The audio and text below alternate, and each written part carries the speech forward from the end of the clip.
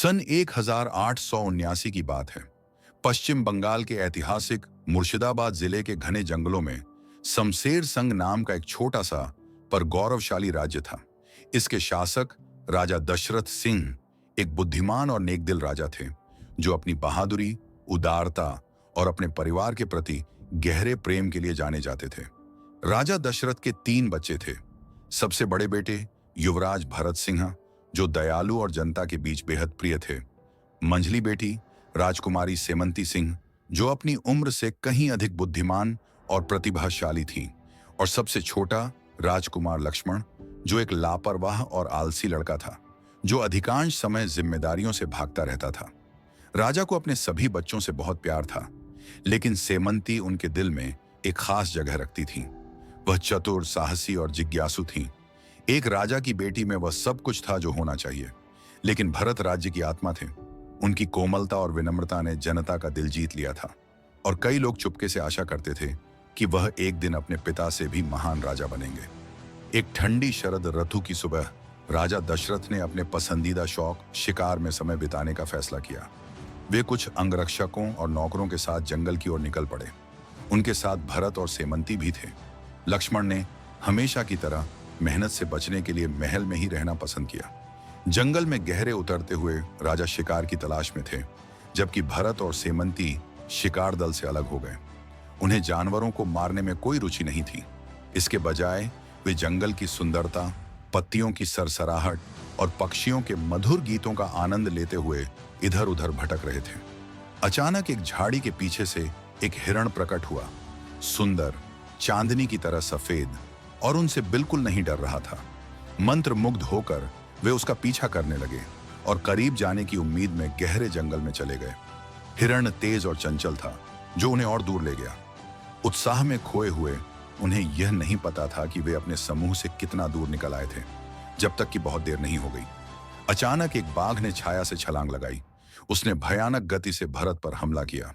इससे पहले कि भाई बहन में से कोई कुछ समझ पाता, बाघ ने भरत का सिर धड़ से अलग कर दिया और खून का एक फव्वारा हवा में उछल पड़ा। कुछ बूंदें सेमंती के चेहरे पर छींटी, जो सदमे में जड़वत खड़ी थीं। उनका दिमाग उस भयावह दृश्य को स्वीकार करने से इनकार कर रहा था। फिर एक चीख गूंजी। सेमंती की आवाज ने जंगल की खामोशी को चीर दिया और वह अपनी जान बचाने के लिए भागी। बाघ उनके पीछे था। उसका दिल ढोल की तरह धड़क रहा था। आंसुओं ने उसकी आंखों को धुंधला कर दिया था। जैसे ही उसे लगा कि अब अंत नजदीक है, उसका पैर एक डाल में फंस गया और वह झाड़ियों के नीचे छिपे एक गड्ढे में जा गिरी। गड्ढा इतना संकरा था कि बाघ उसमें प्रवेश नहीं कर सका। बाघ ने गड्ढे के चारों ओर चक्कर लगाए, गुर्राता रहा, लेकिन आखिरकार हार मानकर वापस भरत के शरीर के पास गया।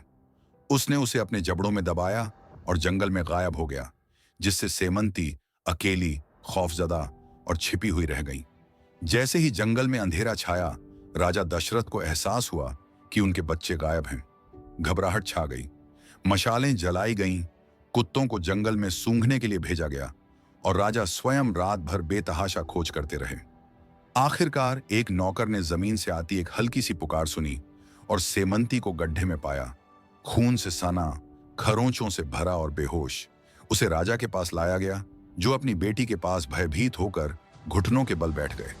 ठंडा पानी उसके चेहरे पर डाला गया और धीरे धीरे वह होश में आई।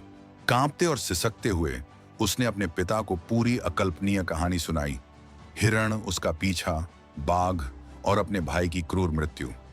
राजा दशरथ यह सुनकर पत्थर की तरह स्थिर हो गए।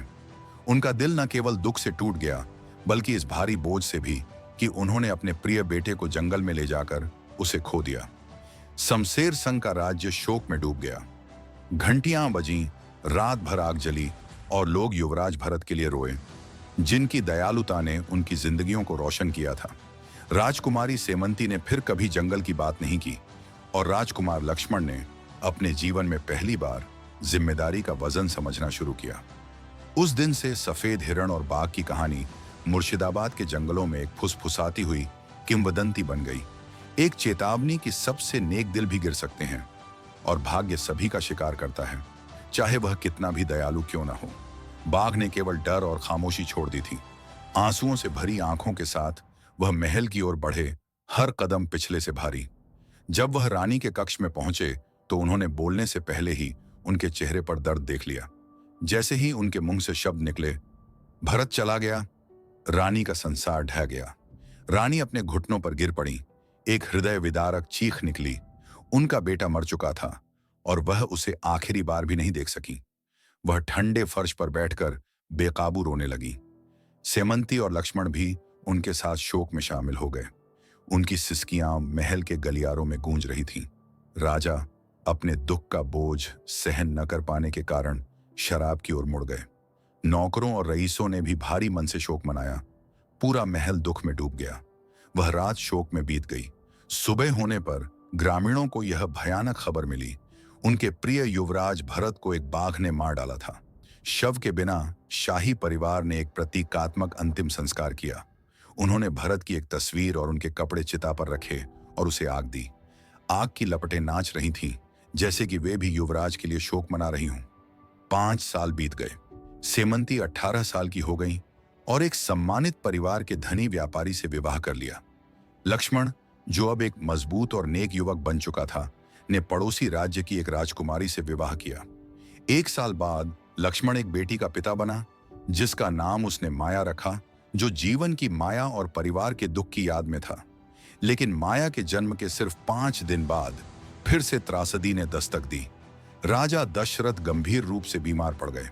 अपनी मृत्यु को नजदीक देखकर उन्होंने लक्ष्मण को अपने उत्तराधिकारी के रूप में नामित किया। यह फैसला सेमंती को पसंद नहीं आया।